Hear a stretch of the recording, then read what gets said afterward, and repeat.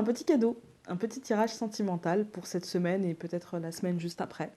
Parce que c'est vrai que ça fait déjà 15 jours, 3 semaines que mon tirage ne parle pas forcément, le tirage du samedi ne parle pas forcément d'amour. Et je sais que certains et certaines d'entre vous ont ce besoin-là. Donc j'ai décidé de vous faire ce petit cadeau. Pour ce faire, je vais utiliser le Fairytale, le normand, parce que je l'aime bien, tout simplement. Ensuite, évidemment, les anges de l'amour. Hein. Je sais que beaucoup d'entre vous aimaient cet oracle. Et j'ai décidé de me faire plaisir. Donc ma boîte est abîmée, j'essaye de bien mettre, mais j'ai décidé d'utiliser le tarot érotique. Donc de Lo Scarabeo, et il est de Luca Raimundo, édition 2000. Enfin, l'année d'édition, en 2000. Voilà. Donc, on va se mettre la tête dans les cartes, et puis on espère avoir un pas trop mauvais tirage, hein? Sinon, ça serait ballot le petit cadeau quand même. À tout de suite. Voilà, on se retrouve avec la vue sur les cartes. Donc pour le tirage sentimental, on va dire de cette fin juin, début juillet. Hein.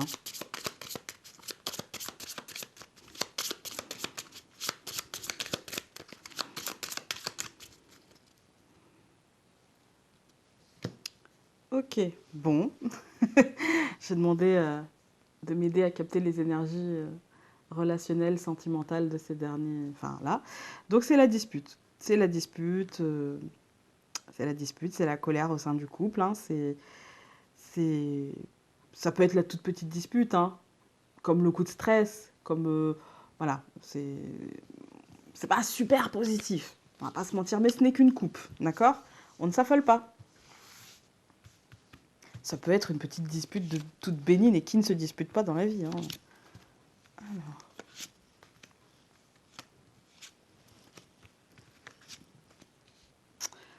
Donc, nous avons en première carte l'étoile. Donc, tout va bien quand même. Hein. C'est rien de grave, mais il y a du changement. Je pense qu'il y a un changement nécessaire. J'ai senti ça, c'est pour ça que j'avoue que d'habitude je ne fais pas ça. Mais là j'ai senti qu'il fallait un changement, il fallait un tirage parce que j'ai senti comme un changement, comme un bouleversement, comme quelque chose qui allait bouger, qui allait muter. C'est nécessaire, c'est positif mais c'est nécessaire. D'accord?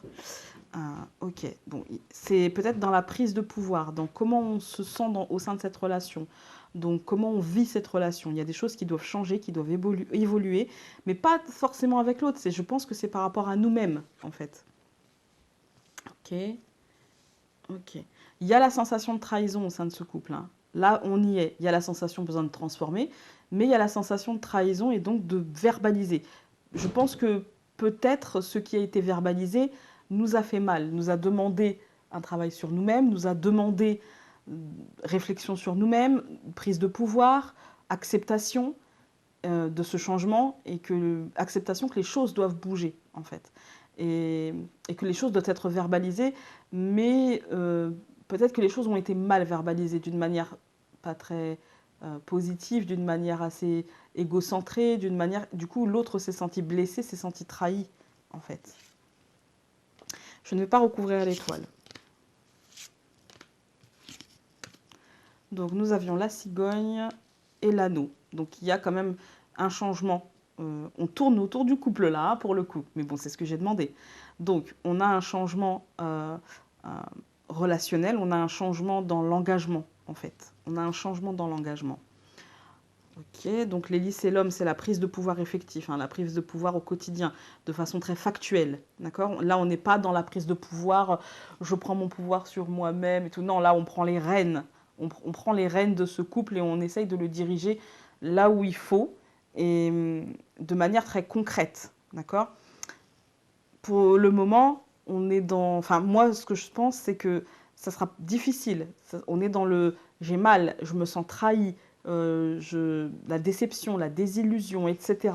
Mais là, quand même, il y a tellement une connexion forte que je pense que même si on veut couper les ponts, ça sera très difficile. Que même si on veut changer les choses, la connexion à l'autre et l'habitude dans cette relation est tellement très ancrée que finalement, on aura un peu de difficulté à passer à passer un cap en fait. Mais avec la clé, on va y arriver.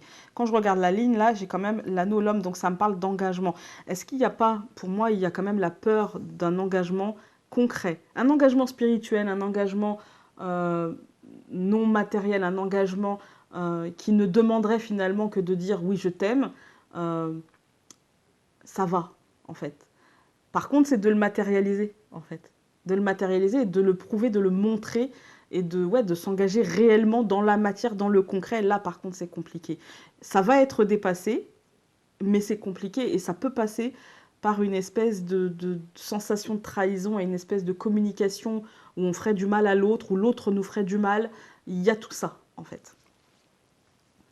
Alors, je vais recouvrir l'anneau, l'homme, la lune et la clé. Donc, nous avions la cigogne, l'anneau et je recouvre par le trèfle. Donc, ça devrait le faire. Il devrait y avoir une chance, une opportunité. Alors, je ne vais pas vous mentir, hein, ça peut être dans une relation tout à fait naissante. Et du coup, là, ça peut nous parler des réminiscences du passé qui nous font mal, hein, d'un passé proche ou lointain d'ailleurs.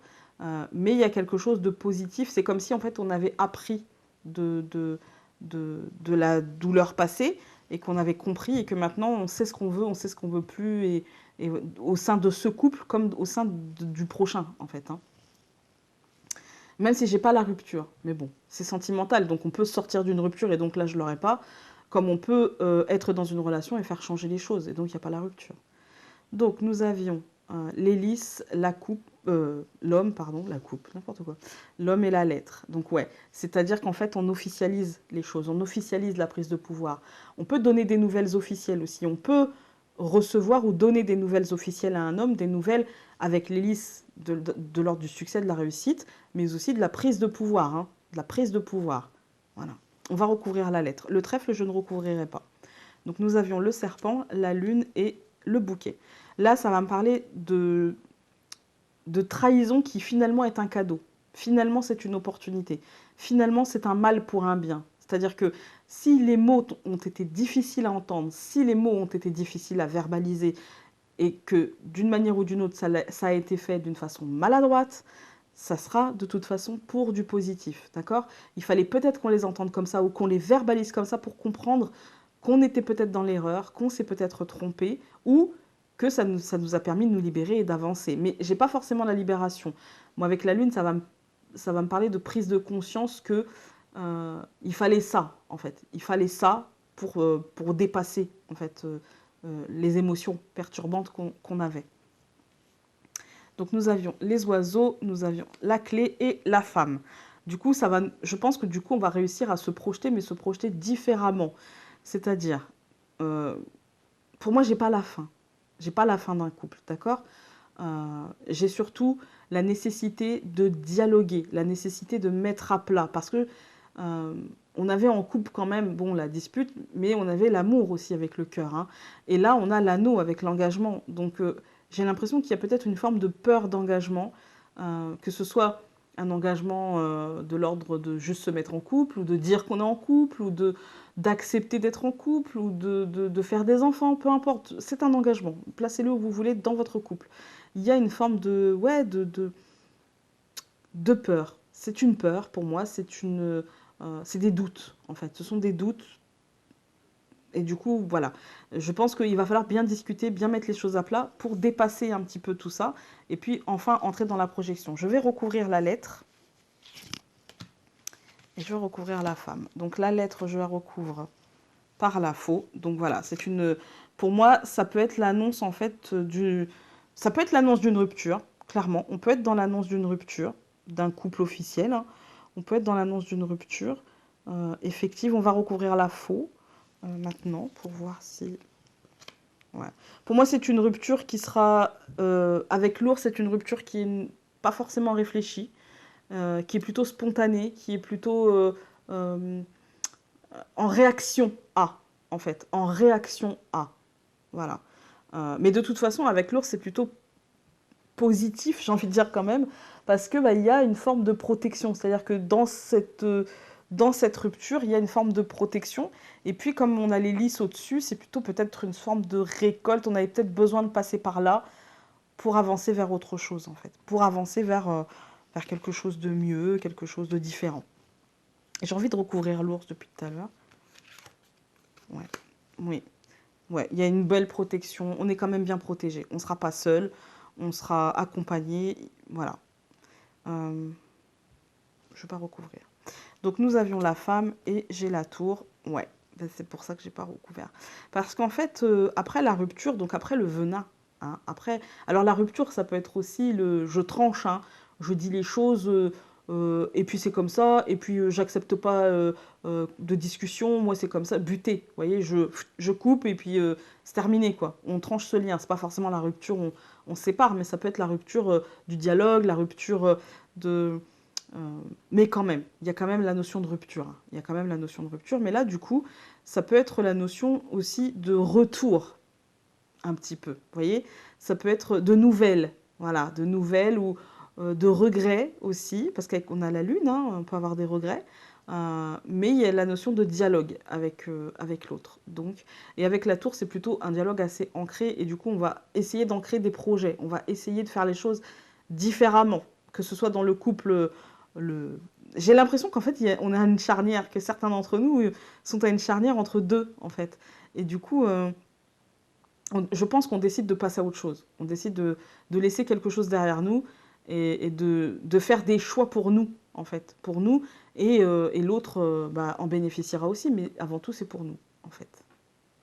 Voilà. Écoutez, j'espère que ça vous aura parlé pour ce premier tirage. Maintenant, ce que je vais faire, c'est que je vais mélanger les cartes de l'oracle de l'amour et puis le tarot érotique. Et puis on se retrouve tout de suite. À tout de suite. Alors, je n'ai pas fait les dernières cartes et je le fais pour le tirage traditionnel, donc je vais vous le faire. Nous avions l'étoile et le trèfle. Pour moi, il y a une chance, une opportunité d'apaisement. Avec la maison au centre, ça va nous parler de notre couple, de notre psyché, de notre foyer. Et ça va me parler d'un cadeau qui va pouvoir s'ancrer, peut-être d'une paix qui va pouvoir s'ancrer, en fait. D'un épanouissement grâce à une opportunité. Voilà. Ensuite, donc, premier tas, nous avons l'éventail. Je vous rappelle que c'est l'oracle de l'amour de Dorine Virtue et donc le tarot érotique de Luca Raimondo, l'édition de l'année 2000. Ensuite, nous avons l'arbalète avec sa flèche sur le deuxième tas, le troisième tas avec l'oiseau et le quatrième tas avec la cage et son oiseau. Voilà. Je vous laisse un petit peu de temps pour choisir et puis vous pouvez mettre pause parce que moi, je vais y aller. Alors, le premier tas avec l'éventail, nous avons le 5 d'épée. Alors, c'est le tarot érotique, hein, donc voilà. Cette carte, ça va me parler de victoire, aussi de défaite, hein, mais surtout de jouissance dans ce cadre-là, hein. On est dans la jouissance, en fait, et on peut s'abandonner. On peut ne penser qu'à soi, en fait, à sa propre jouissance, à se perdre dedans, voilà, on peut être ça. Ça peut nous parler aussi de conflit, parce que parfois on a envie d'être dans la posture de l'homme, être dans la conquête, et en même temps d'être conquise ou conquis. Voilà, ça va me parler de ça dans le cadre sentimental, parce que là je veux vraiment rester dans le cadre sentimental.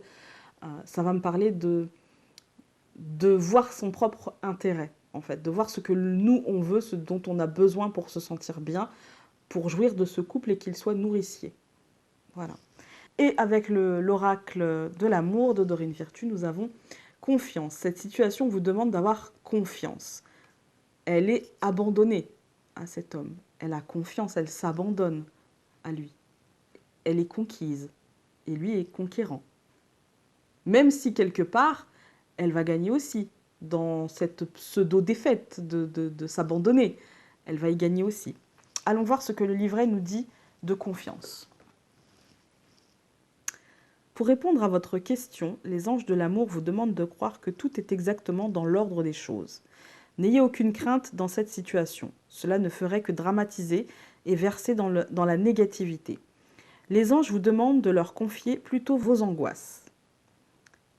La situation présente est là pour vous apporter ses bienfaits et participer à votre développement personnel en vous amenant à connaître le merveilleux amour romantique que vous désirez si ardemment et que vous méritez.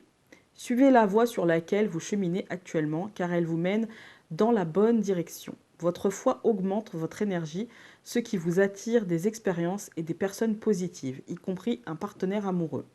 C'est véritablement une situation dans laquelle, avec la foi, tout devient possible. Voilà, donc abandonnez-vous, ayez confiance, voilà. Soyez dans l'abandon. Et du coup, vous serez dans l'abondance. Ensuite, avec donc le tarot érotique, nous avons le battleur. Alors, pour moi, c'est une carte qui va me parler d'initiative, d'initiation aussi, de persuasion, de prise de conscience aussi, d'action, parce que l'homme est dans l'action et la femme peut-être, elle, sera dans la prise de conscience. Ça va me parler de réaliser son potentiel, en fait, son potentiel amoureux, puisqu'on est dans un tirage d'ordre sentimental. Ça va me parler aussi d'avoir les clés, en fait, de la réussite en soi. Et du coup, ces clés-là, la clé de la réussite, en fait, passera par la compréhension et la connaissance de votre couple, en fait. Ça va me parler de vous concentrer sur vos objectifs de couple, tout simplement. Restez concentré sur votre objectif de couple. Voilà. Ne vous laissez pas distraire par ce qui se passe autour. Vous voyez, la dame, comme elle a les yeux fermés, malgré l'homme qui tourne autour d'elle. Ensuite, donc, avec les anges de l'amour, nous avons sentiments romantiques. Vos sentiments sont authentiques et dignes d'être vécus. On va aller voir le livret. Mais ça colle bien, ne laissez pas les autres remettre en cause ce que vous ressentez.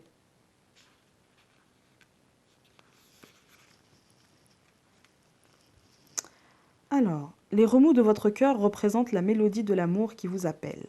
Cette carte vient vous guider pour suivre la voie de ces sentiments. Peut-être avez-vous rencontré quelqu'un qui fait battre votre cœur et vous vous demandez si vous devez le draguer. Ce tirage vous répond oui, flirtez. Invitez la personne à un rendez-vous ou faites-lui part de vos sentiments. Si vous attendiez un renouveau du romantisme dans votre vie, cette carte est le signe que vous devez le faire advenir. Vous pouvez vous faire la cour, par exemple, en vous offrant un massage de luxe, en vous achetant des cadeaux ou en visionnant un bon film d'amour. Vous pouvez également chercher activement à attirer l'amour. Tout d'abord, affirmez qu'il est déjà en vous. Un partenaire fait effectivement remonter ses sentiments à la surface. Cependant, il existe au fond de vous comme une possibilité initiale. Plus vous affirmez « je suis follement aimé », plus vous créez cette qualité en vous et l'attirez dans une relation. Dans certains cas, vous pourrez attirer cette carte comme le signe que vous êtes prêt pour un nouvel amour. Elle vous guide vers l'action à entreprendre. Par exemple, remarquez les partenaires éventuels qui pourraient vous convenir, fréquentez les lieux adéquats, en particulier les événements sportifs ou culturels correspondant à vos goûts et intérêts. Voilà.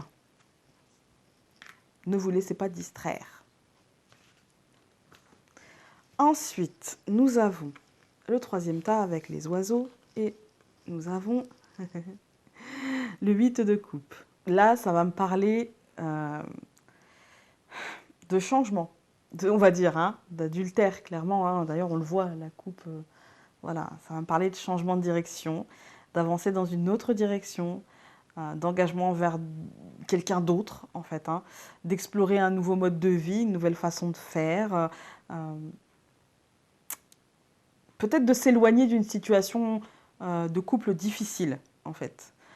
Du coup, faire le choix de s'éloigner dans un voyage de découverte d'un autre ou de découverte de soi. Je pense que là, on réalise peut-être que le moment est venu de passer à autre chose. Cette carte, elle me fait vraiment penser...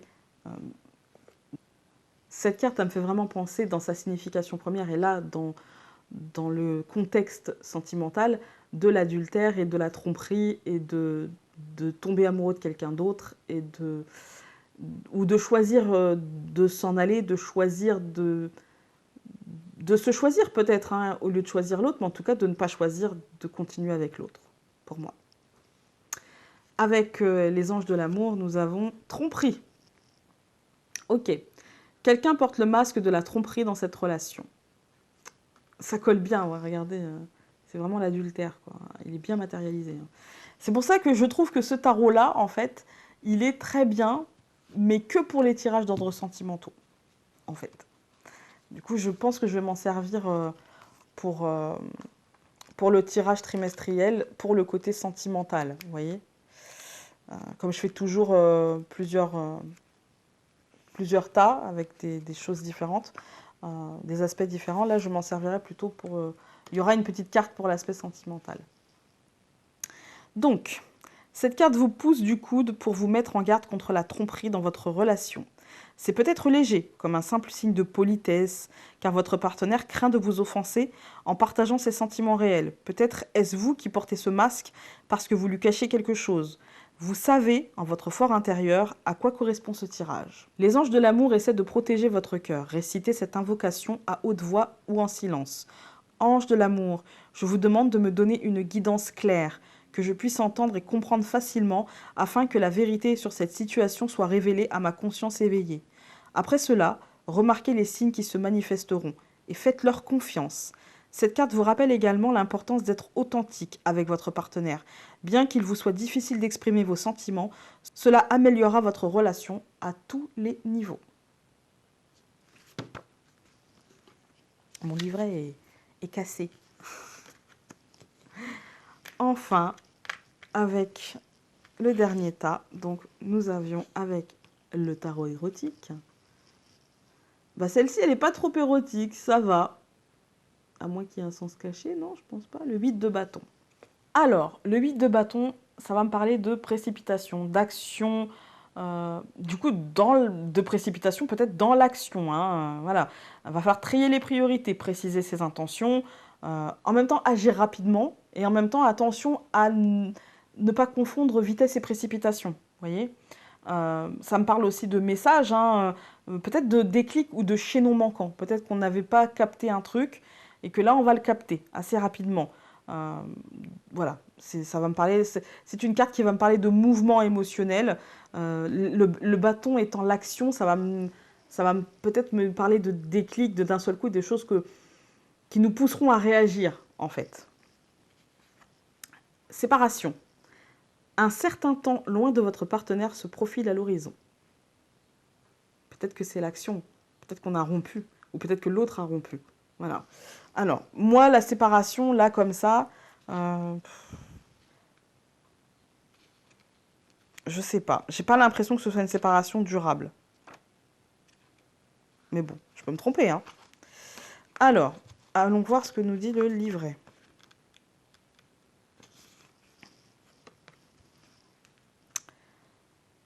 Les anges de l'amour vous aident à mieux vivre cette séparation entre vous et votre partenaire.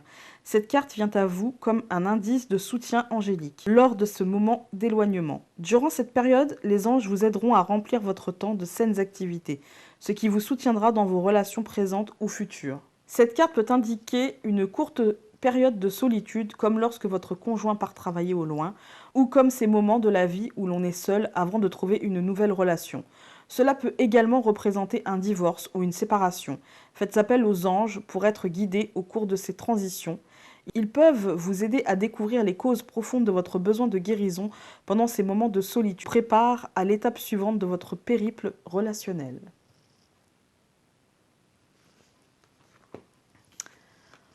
Voilà. Eh bien, écoutez, j'espère que ça vous aura parlé. C'était une petite pastille, hein. Ça reste général. Donc, ne vous faites pas de focus sur ce que je viens de dire. C'est une petite pastille, d'accord? Voilà. Surtout sentimentalement, c'est toujours assez compliqué. Là, j'ai pris les énergies générales, mais ça reste que des énergies générales. Je vous embrasse très fort et on se dit à très vite. Salut!